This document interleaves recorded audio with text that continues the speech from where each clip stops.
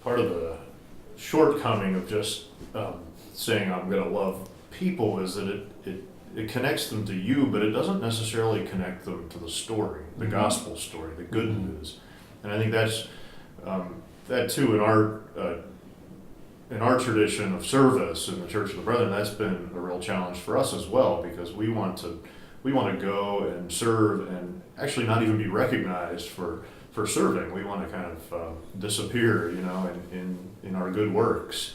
But there is, but what is missing then is that that connection to the gospel story, because we can't assume that those we're serving with will know that story and will make that leap from our love and our engagement with their life to this love of Christ, and the love of God through Christ. And so, to me, that's kind of a limitation. To say I'm just going to go and love on you is that might be an expression of my experience of the love of Christ, but it doesn't necessarily help the other connect their life to this story of good news, this gospel story.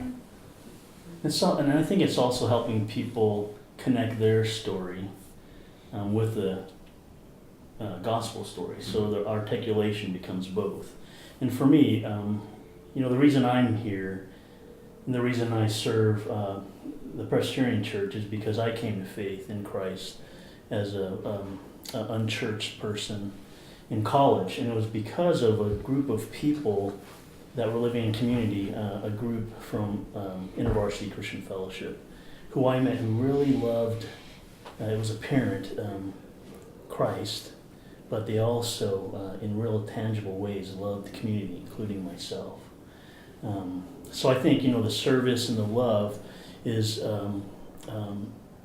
and the advocacy, whatever, the different ways in which we express kind of our followership, is a way in which for people to begin to see Christ at work in us.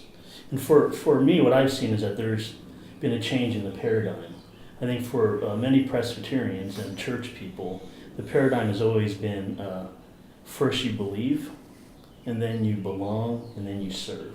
But in my case, and I think what we're seeing now, is that for me, I entered through serving and then belonging to a community of believers, and then believing, belonging before believing. And so I think what we're seeing, especially with people in North America, people who are kind of tired of being bombarded with different methods of evangelism,